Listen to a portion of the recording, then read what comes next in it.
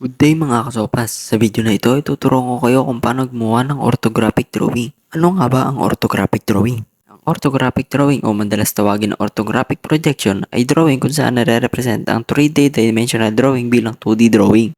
Para mas lalo nyo itong maunawaan ay meron ako ditong hinanda ng mga example.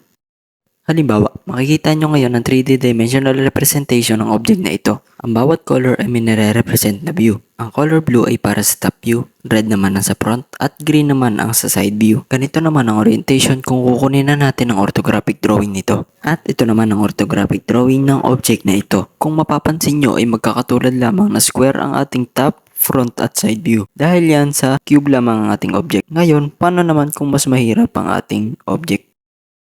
Okay, so ngayon ay lalagyan ko muna ito ng labels para hindi kayo malito. Ngayon ay simulan muna natin buuin ang top view nito. Una muna natin kailangan gawin ay i-identify muna natin kung alin-alin dyan ang parte ng top view. Pagkatapos natin malaman kung alin ang mga parteng kasama sa top view ay saka natin buuin ang top view nito. At ganito ang magiging itsura ng top view ng object na ito. Ngayon ay sunod naman natin buuin ang front view. Gaya ng sa top view ay kunin muna natin kung anong mga parts ang makikita sa front view nito. Pagkatapos natin ma-identify ay ganito ang magiging itsura ng front view natin. Ngayon ay nagtataka siguro kayo kung bakit may putol-putol na linya dito.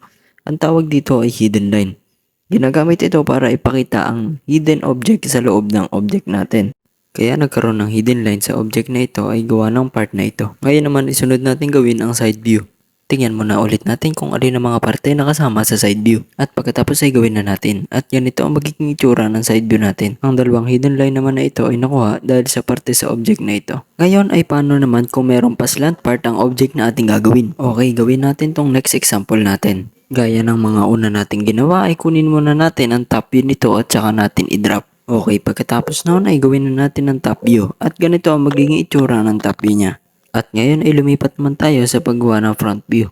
At ganito lamang ang magiging itsura ng front view ng object na ito. Okay, ngayon ay dumako naman tayo sa paggawa ng ating side view. So ayan, kung makikita nyo meron tayo ditong kasama na kulay blue sa side view natin dahil siya ay nasa slant part. So okay lang yan, hindi natin kailangan baguhin yung kulay nito. Ang kailangan lang natin gawin ay sundin lang natin yung kulay na nakalagay sa kanya. So okay, ganito naman yung magiging itsura ng side view natin para sa object na ito. So ayan, madali lamang siyang gawin. Ngayon, paano naman kung merong circular part yung object natin?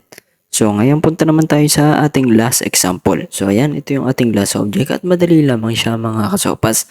Papakita ko lang sa inyo kung paano makukuha pag merong circular part sa ating object. At yan, buuin muna ulit natin yung top view natin. At ganito ang magiging itsura ng ating top view. At ngayon naman ay front view naman ang ating gawin. At ganito lang din ang magiging itsura ng front view ng object na ito. Kung mapapansin nyo ay naging rectangle part yung curve part natin sa object na ito. Dahil yan sa nakatingin tayo sa front view. Kung makikita natin yung top view natin ay pa-circular part. Dahil yung view niya ay nasa taas. At hindi naman siya kita sa front kaya naging square na lang siya. At ngayon naman ay sunod natin gawin ang side view. At ganito naman ang magiging itsura ng side view niya. At ganito lang kadali kung paano i-identify ang orthographic view ng isang object. Sana ay natuto kayo mga kasopas. Nga pala mga kasopas, like this video para sa algorithm. At subscribe na din kayo at i-click nyo na din yung notification bell para lagi kayong updated sa mga bagong upload na video. Sa susunod nating video ay tuturuan ko naman kayo kung paano gumawa ng isometric drawing gamit ang orthographic drawing. Ituturo ko din sa inyo kung ano-ano ang 6 views ng orthographic drawing. Hanggang dito na lang muna mga kasopas. Salamat sa panood. Hanggang sa muli!